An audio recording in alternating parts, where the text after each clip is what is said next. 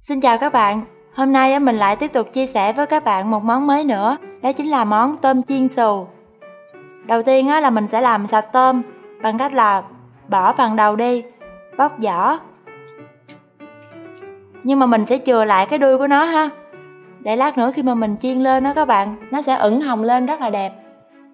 Rồi sau đó mình cắt cái đường sống lưng ở phía trên và bỏ luôn cái lằn chỉ đen này ra ha. Mình cho vô đây một muỗng bột mì và mình sẽ rửa tôm với bột.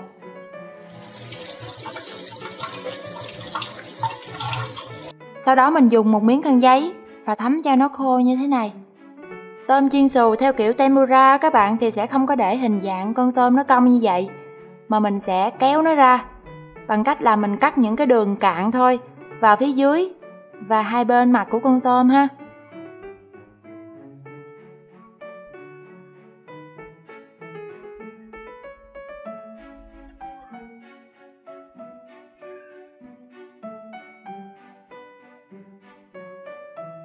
Mình dùng hai tay nhấn xuống như thế này để đảm bảo là con tôm lúc mình chiên nó không có bị co lại ha các bạn.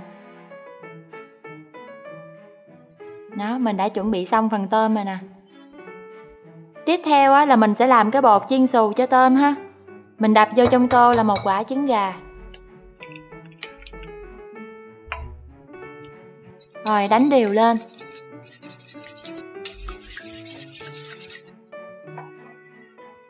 Để tăng cái độ xốp giòn cho bột thì mình sẽ sử dụng cái nước khoáng lạnh có ga. Và cái chai này mình mua rất là rẻ các bạn, 6-7 ngàn một chai à. Và có rất là nhiều loại luôn ha. Mình cho vô đây là nửa chai, khoảng 250ml. Cho thêm 4-5 viên đá nữa nha các bạn. Sau đó cho 200g bột mì vào. Cuối cùng là mình sẽ cho 1/4 muỗng bột nở. Rồi mình trộn lên.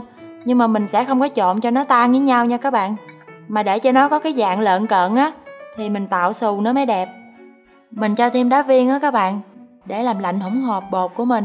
Làm lạnh thì bột nó sẽ giòn hơn. Bây giờ mình sẽ tiến hành chiên ha. Tôm chiên theo kiểu này thì cần khá nhiều dầu, cho nên là mình sẽ đổ cho nó cao lên một chút xíu ha các bạn.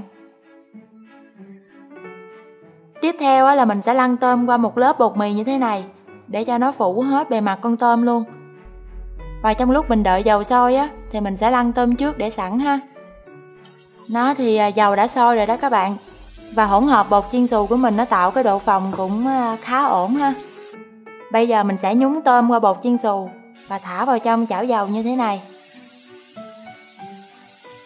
Mình sẽ kéo con tôm cho nó dính lấy hết những cái hạt bột chiên xù đang nổi xung quanh nè các bạn.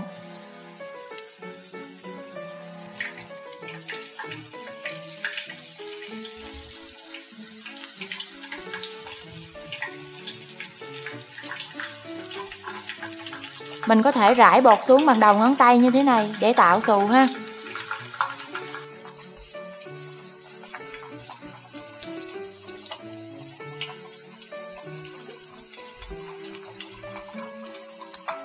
Đó, mình cứ di chuyển như thế này để cho cái xù nó bám lên.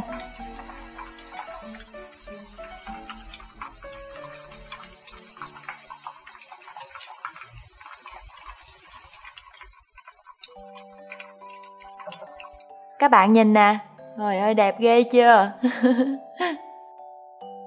Mình chiên khoảng 5-7 phút thì lớp bột nó sẽ chuyển sang màu vàng như vậy ha. Trước khi mà mình chiên mẻ tiếp theo thì mình sẽ vớt bỏ cái lớp bột cũ đi ha. Phần tôm còn lại thì mình cũng làm tương tự như hồi nãy giờ ha các bạn.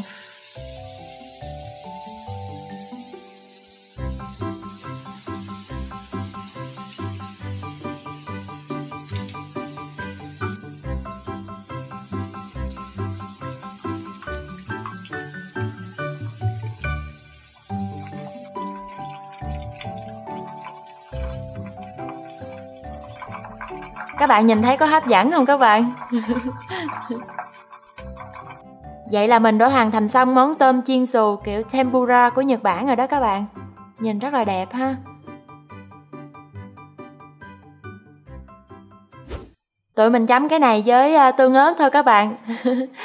Tương ớt với tương cà, đơn giản vậy thôi à. Mời các bạn thưởng thức cùng tụi mình ha.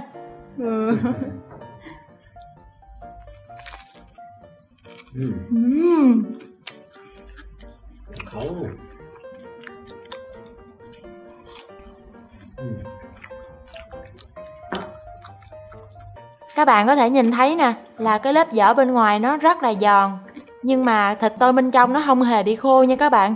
Nó vẫn rất là ngọt, tươi và vẫn giữ được cái độ mọng nước của nó. Ôi rất là ngon luôn á các bạn.